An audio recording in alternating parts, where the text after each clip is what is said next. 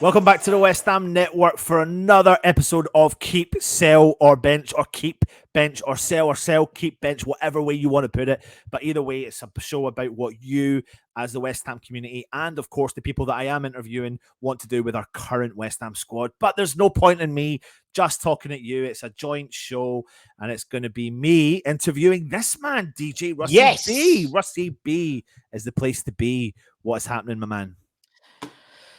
Relentless, isn't it, mate? It is relentless at the moment. We haven't kicked a ball for a few weeks, and it's just non-stop in it, mate. Non-stop. It just, I've been doing a lot of these videos recently and just saying to everyone that comes on, like, just needs to happen quickly, and it's not happening quickly enough. Never learn. We never learn, though. We never learn, do we? Yeah. Right, Russ, you know the concept to the show. Short, sharp, straight to the point. Go through the West Ham squad. Keep, sell or bench. Let's get straight into the bloody mix. Fabianski. Keep. And why? No, keep. Oh, and why? Okay. No, definitely keep. I think we've, as a news has gone that Nathan Trott's gone back to Denmark for Liège BK, whatever they're called, for another season. Joseph Anang's not up to it. I think Heggies will eventually be involved in the West Ham first team setup, and maybe the big lad Terry, but he's still too young.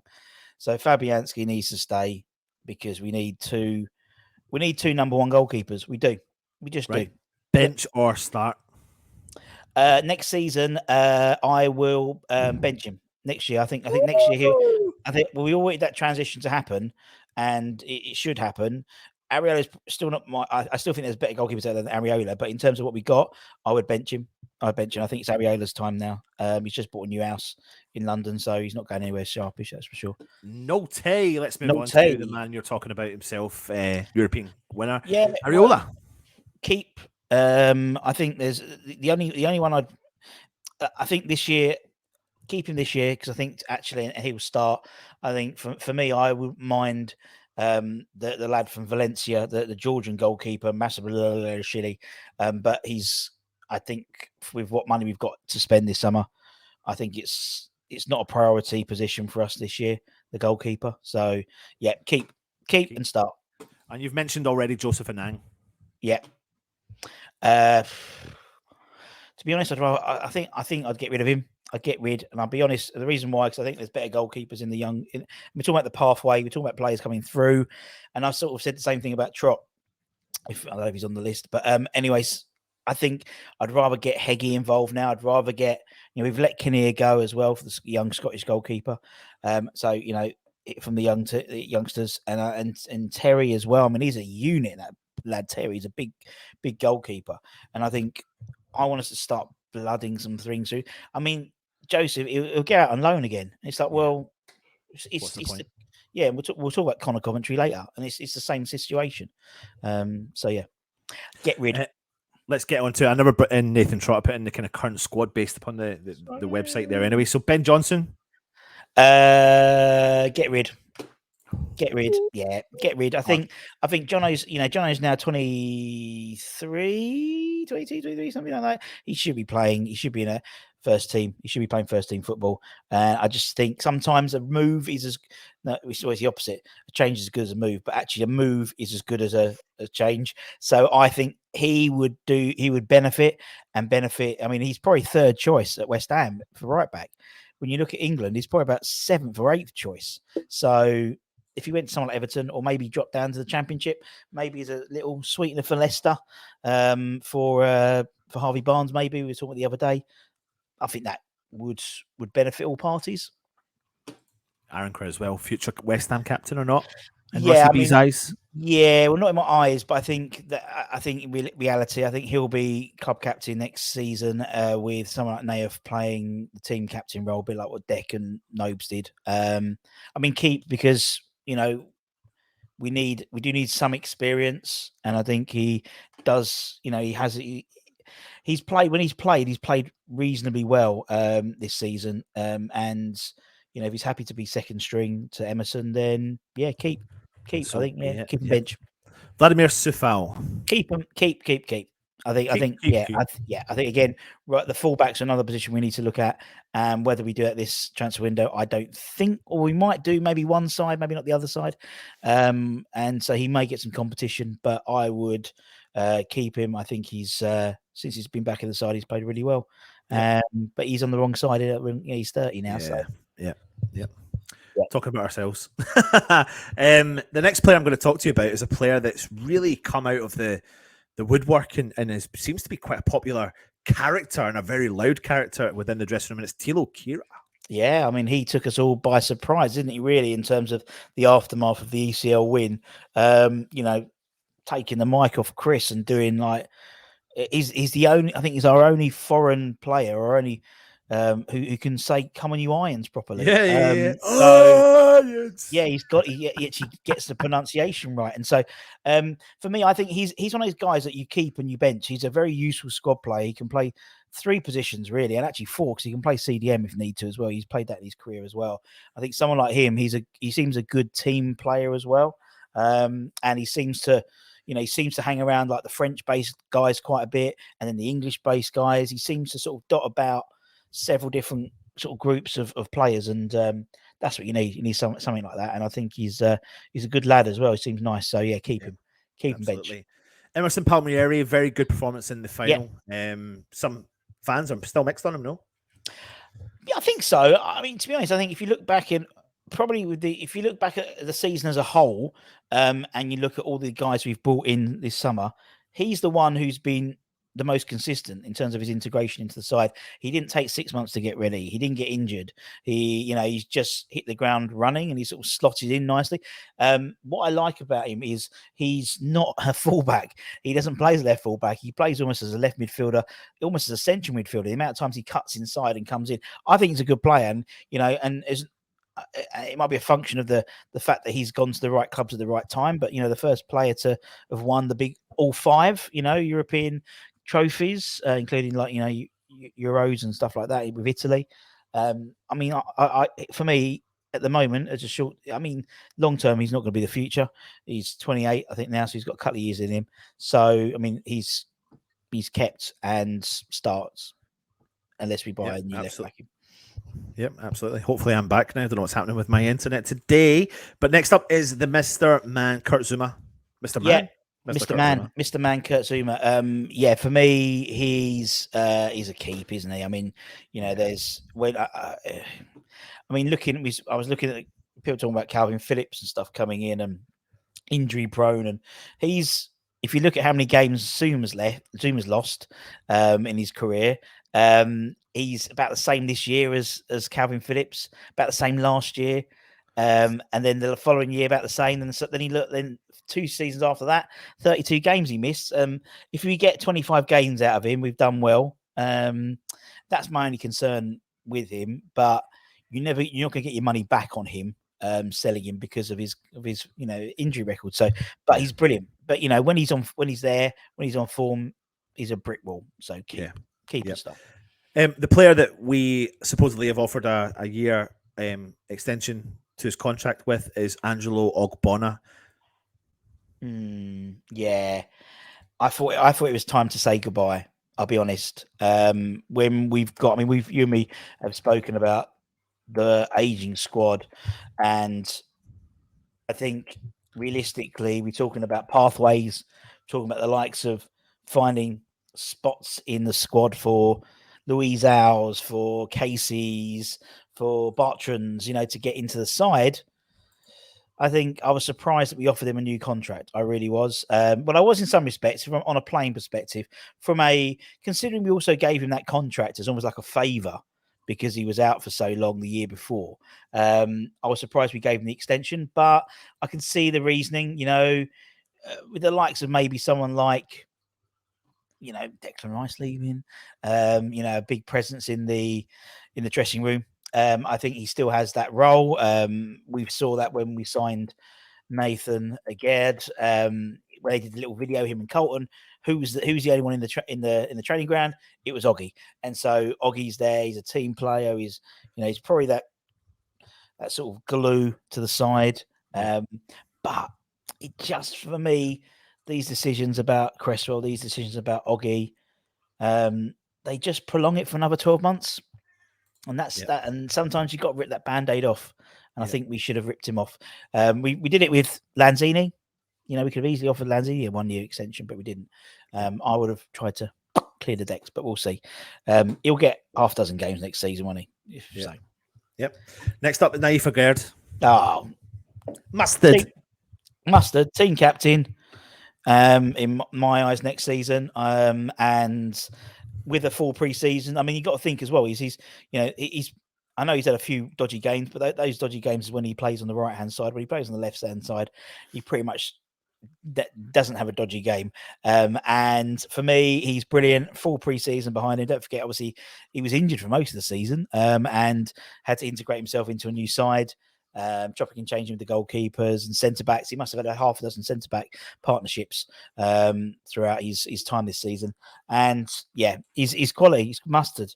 And I just maybe have another look at some of the other Moroccan players to get him in, like Amrabat and stuff. Yeah, absolutely. Let's move into the midfield, and it's Pablo Fornals. Keep and bench. I mean, there's some players. I think we'll probably come to one in a minute, or a couple in a minute, which I think sometimes we need to just move on and again be cool to be kind. I think Pablo deserves to stay.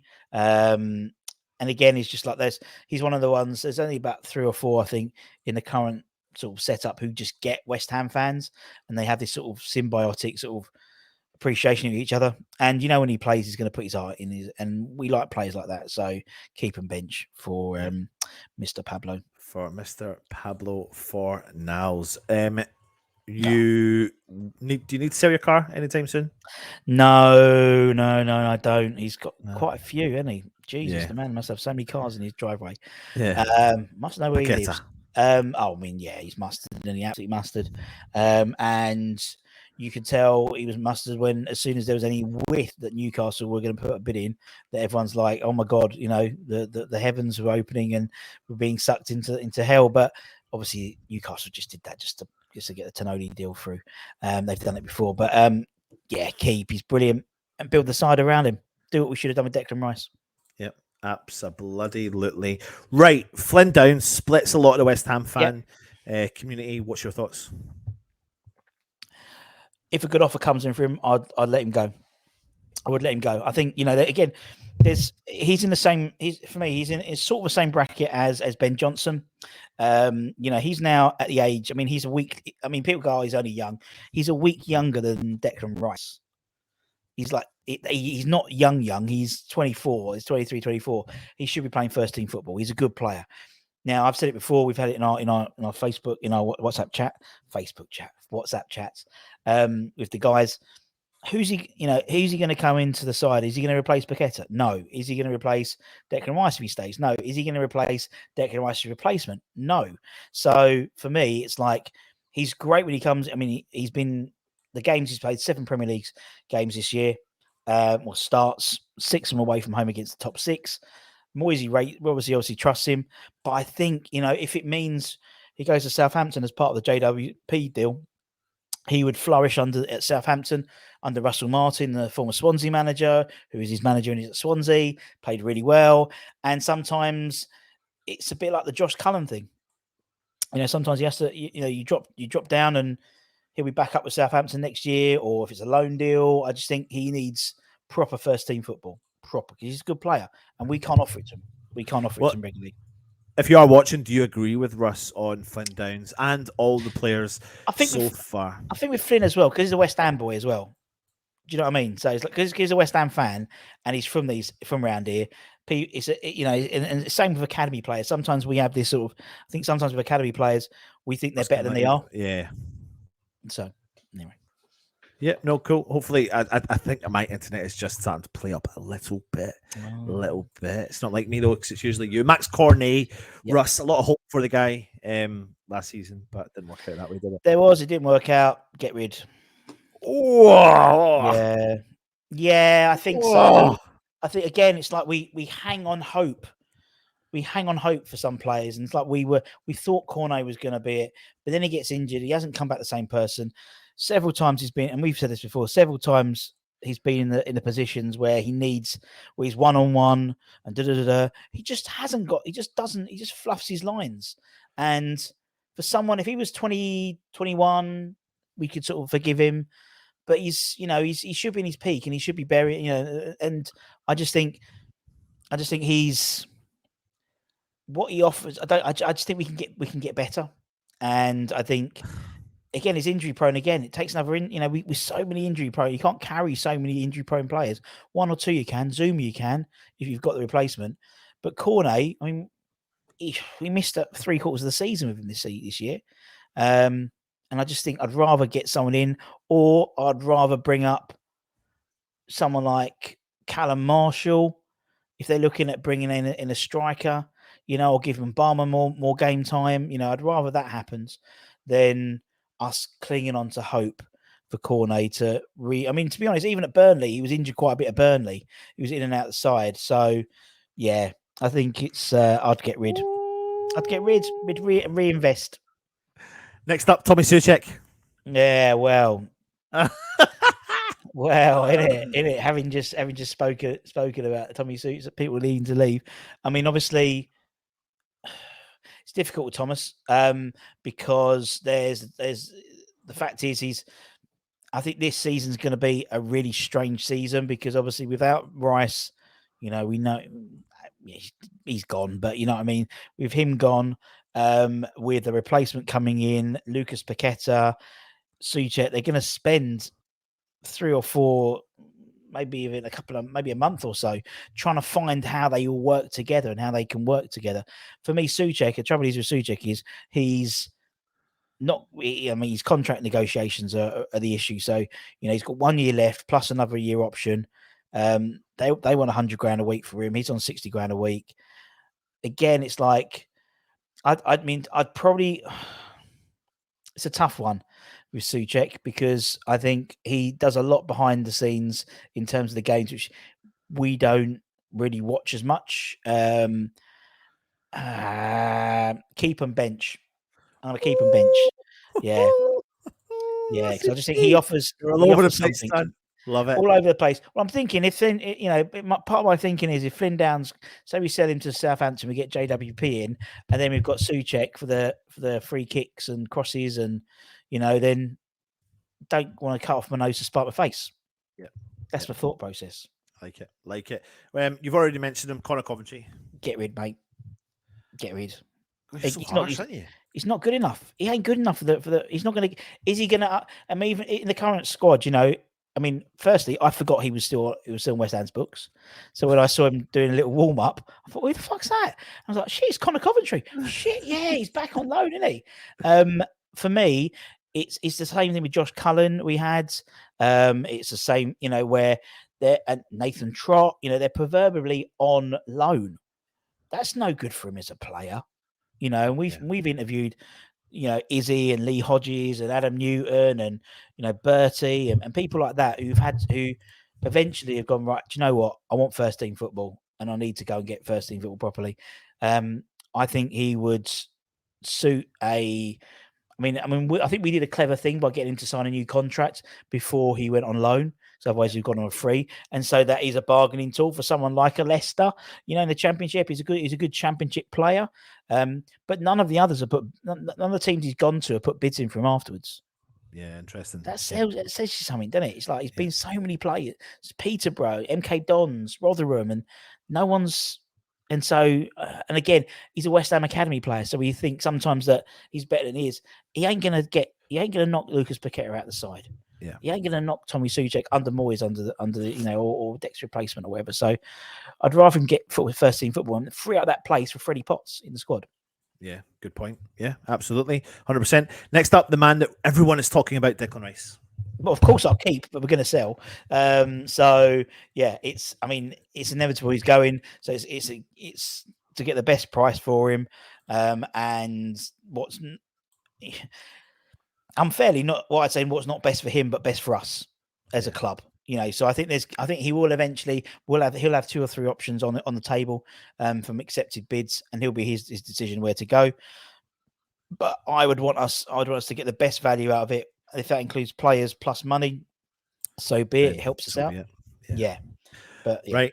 Oh, Saeed bin Rama. Oh, Saeed bin Rama. Size. He frustrates me as a player. He does frustrate me as a player, but there is something about him, and there's something infectious about him as a player as well. I would like us to see. I mean, if we're to be believed, and Harvey Barnes comes in, then Said's place on the left hand side is in question. And so, but I wouldn't want Harvey to come in and have it all his own way, because actually that doesn't help either. You want him to be stretched, and I think Said can. He's got the manager's ear now. It's taken him a season and a half, 2 seasons to get the manager's ear, and sometimes we think he should be benched and he starts, which is totally the other way to season before last. We thought he needs to start, but he's always on the bench. And before then, it was always Bowen. So I'd keep him, and then based on other transfers, put him on the bench. Or obviously, if we don't get him in, then we start him. Absolutely interesting. What do you think from what DJ Russie B has said? Jared Bowen, he's on fire, and as my kids think the words are, kissing Danny Dyer. Obviously, I mean, it's probably a no-brainer. Yeah, no-brainer. Keep. Sell. Yeah. Sell to Rotherham. No, keep. I mean, I think with someone like him, where there was rumblings of other sides coming in for him, he's so, entwined with West Ham that I don't think a move would go down well at all. Anywhere. Anyway, could you imagine at Christmas? It wouldn't be a nice Christmas in the Dyer household when he turns up. So I think, it's almost like we've got those roots into him now. So he's like stuck here a little bit now, particularly with twins and Danny's obviously Agent Dyer. Dyer. Both of them, both Danny Dyers have done a good job there on him. But yeah, and hopefully we can get him back into England squad for the Euro 2024s, because he's on his day, he's superb. And if we do get Harvey to come in on the left hand side, him on the right hand side, that'll be toasty. Next up is Danny Ings, mate. Are you a fan? Is he staying? Is he going? I'm a fan, but he's not a fan of him in the West Ham side, so he's gone. Sell. Just like that. Just like that. Just cast aside. I'm a massive fan of Danny Ings. Was super pumped when we signed him, and then within the next breath thinking, oh, he's not going to fit in the side, and he doesn't fit in the side. And Moyes, by his own admission, says that Danny Ings doesn't fit in the side, and I think nothing's going to change. We're actually probably going to get even more Moyes ball next season, because it works, and he'll keep doing it and flogging the dead horse until it stops working again. And I think Danny would do really well. Again, we could use him as a make weight for any signings, particularly in the Championship. Score a shitload. WP. Yep. Or exactly, back to Southampton, or even someone who's come up, recently, like go back to Burnley, for example, and could do a good job back at Burnley. And again, he needs to be playing first team football. He's 30, and so, it's not fair. He has got the best name on social media, though, isn't he? On Instagram. Instagram is, yeah. Well, there we go. That's it. Mr. Mickey Antonio. See you later. Don't let the door hit you on the way out. Yeah, my thoughts about him. I'm not a fan of players. I'm not a fan of players who do podcasts in season. Doesn't matter what he said. Doesn't matter, in terms of the whole thing with the filthy fellas and stuff. It doesn't matter what was said in terms of whether it was taken in the wrong context or whether. You don't say things about your current teammates. You don't slag off your manager, who's your manager. You don't do stuff like that. That's all behind closed doors. Not saying everyone gets on with each other, because they don't, because it's football and people are humans and they have fights and stuff, but you keep it in the dressing room. I think what he does, he plays really, really shit, and then he has a purple patch for about 10 games, and everyone's like, oh, we've got to keep him. But actually, for the other 20 games, or 30 games, he was crap. And I think we need to definitely look at people coming through, the likes of that, Victor from Coventry, and various others as alternatives to him. He's 33 now. One injury, one bad injury, and he's done. He's done. Russie B. And I'm harsh, but I think we otherwise what happens is next year we're going to have exactly the same situation. So many players, and if we get our technical director in and stuff like that, he did it at Lever. If we get Tim in at Leverkusen had an aging squad. He came in and brought in an influx of younger players, and they're all fucking brilliant. Pretty much all. And I think that's what we have to do. Antonio's been there. I mean, we'll probably make our money on Antonio. I think we signed like 7 million quid from Forest. We'd probably sell him back to Forest for 10 million and something like that. Or fair enough, or Wolves or whatever. And yeah, he can do, because he's wanting to leave. He's been wanting to leave all season. Yeah. That's probably why he does the podcasts. Yeah. Good point. Gianluca Scamacca. Oh, I'd keep. I love him. A genuine and someone like Scamacca's come in, and for me, it just shows you how poor Antonio is as a forward. And it's no disrespect to Antonio because he's not a striker, but just the man's. I mean, by being a forward from such a young age, it's the movement is second nature. It's almost like muscle memory. And the only trouble is again, how does he fit in the Moyes system? I think he'll probably go anyway in the summer. I think he'll go back to Serie A, and we'll probably reinvest that money. But I wouldn't sell him because I just think there's a hell of a player there, and what's going to happen. He'll go back to Roma or wherever, and he'll score an absolute shitload and do exactly what Haller did. And he'll exactly what Anderson did as well. Yeah, he'll smash it. Yeah, he will. Finally, it's the manager, David Moyes.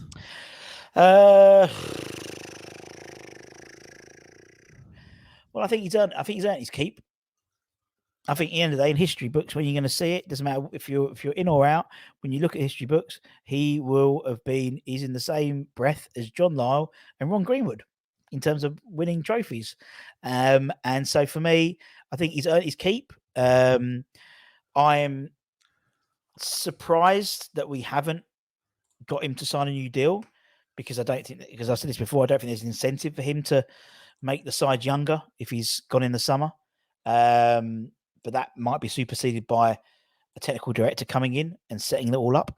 Very similar to, like a Brighton, when Potter left and they just put De Zerbi in and there was no breaking system. In fact, Brighton were better when De Zerbi was in charge. He's in charge and Potter. So I still think he's on a knife edge. I think if we have a poor start to the season, he's gone. But he's earned the right to start the season as manager. Right. Okay. Interesting. I think that's diplomatic because, at the end of the day, he has won something. And doesn't matter what you said, I think he has won something. So there you go. Oh, yeah, absolutely. Well, there you go. There's your Russie B. Keep, bench, or sell. Straight to the point. Pretty controversial in some cases, but that is Russ's opinion. Do you agree with Russ's opinion? Let us know. Put it in the comments below as well. If you are new around here, please hit the subscribe button. Bosh, because it just helps us out. Hit the bell notification. That will notify you when our shows do go live. Join us over the week and the weekend for all the content, because as a West Ham fan, there is going to be an abundance of West Ham content coming your way. The saga of Declan Rice, the saga of Gianluca Scamacca, the saga of Max Cornet, as Russ is predicting. Anyway, thanks for watching. DJ Russie B, take it easy. See you soon. Much love. On your irons. Bye.